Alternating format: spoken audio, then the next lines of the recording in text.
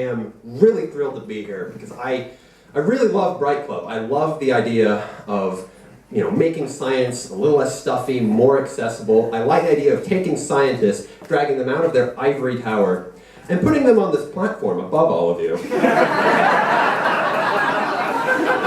Except for you guys in the back, we're about eye level, so, almost there. Now, as you've probably gathered from my accent, I am not British. I actually first applied to do a PhD in Britain in early 2015. Now, at that time, there was an election coming up. It looked like we were going to get rid of the Tories, and there was all this EU money coming in for science. And what I'm saying is, thanks for that. On a sincere note, I think we need to extend some cheers to the first act of the night, Bacillus, because he just got a paper through peer review. Yeah, you didn't expect a callback to the very first act, did you? But sincerely, well done, Bacillus. Good job on that paper getting through.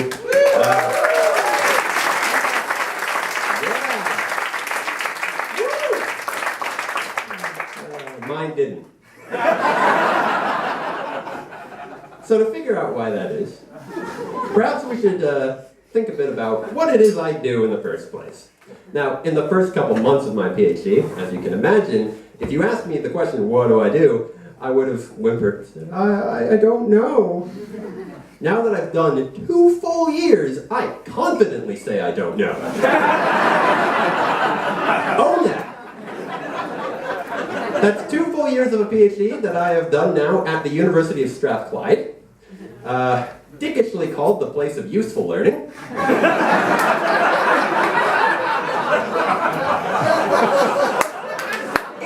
University of Glasgow. Do we have anybody from Strathclyde here? Yeah. Stay useful, buddies.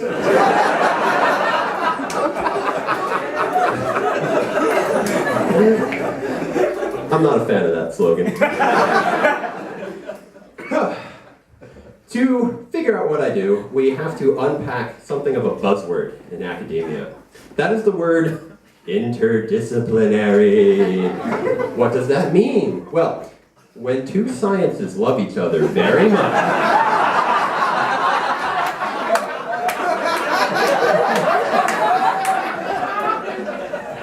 and in that regard, I am working at the intersection of various sciences myself.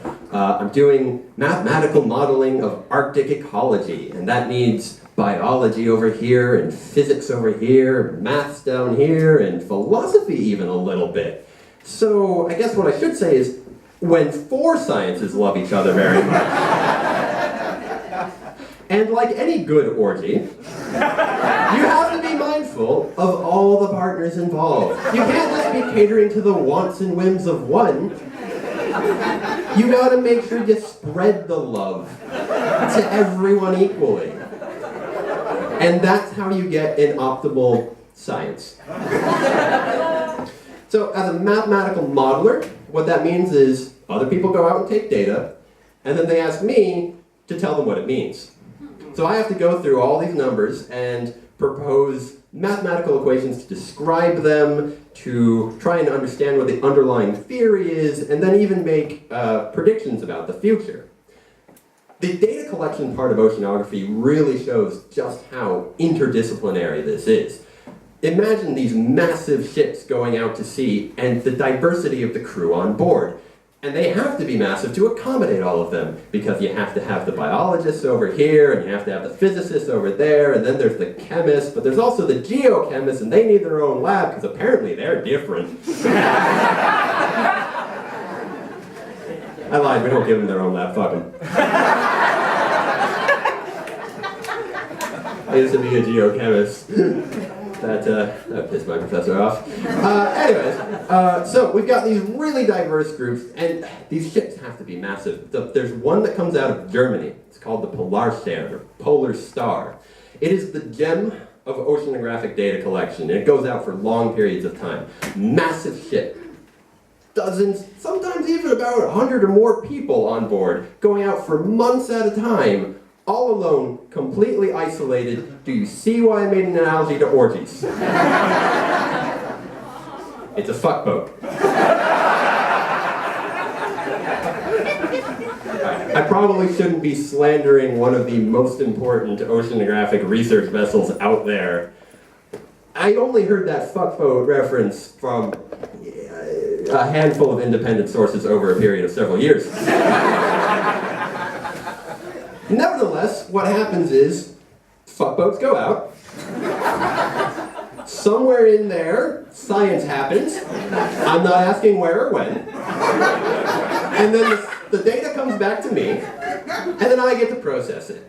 Now, oceanography is tricky. You can't always get time series in the exact same location for as long as you really want it. You can get lots of patches. Especially the biology part becomes complicated because you might take a sample of an organism and then want to study it in the lab, and then you grow it in there for years and years and years.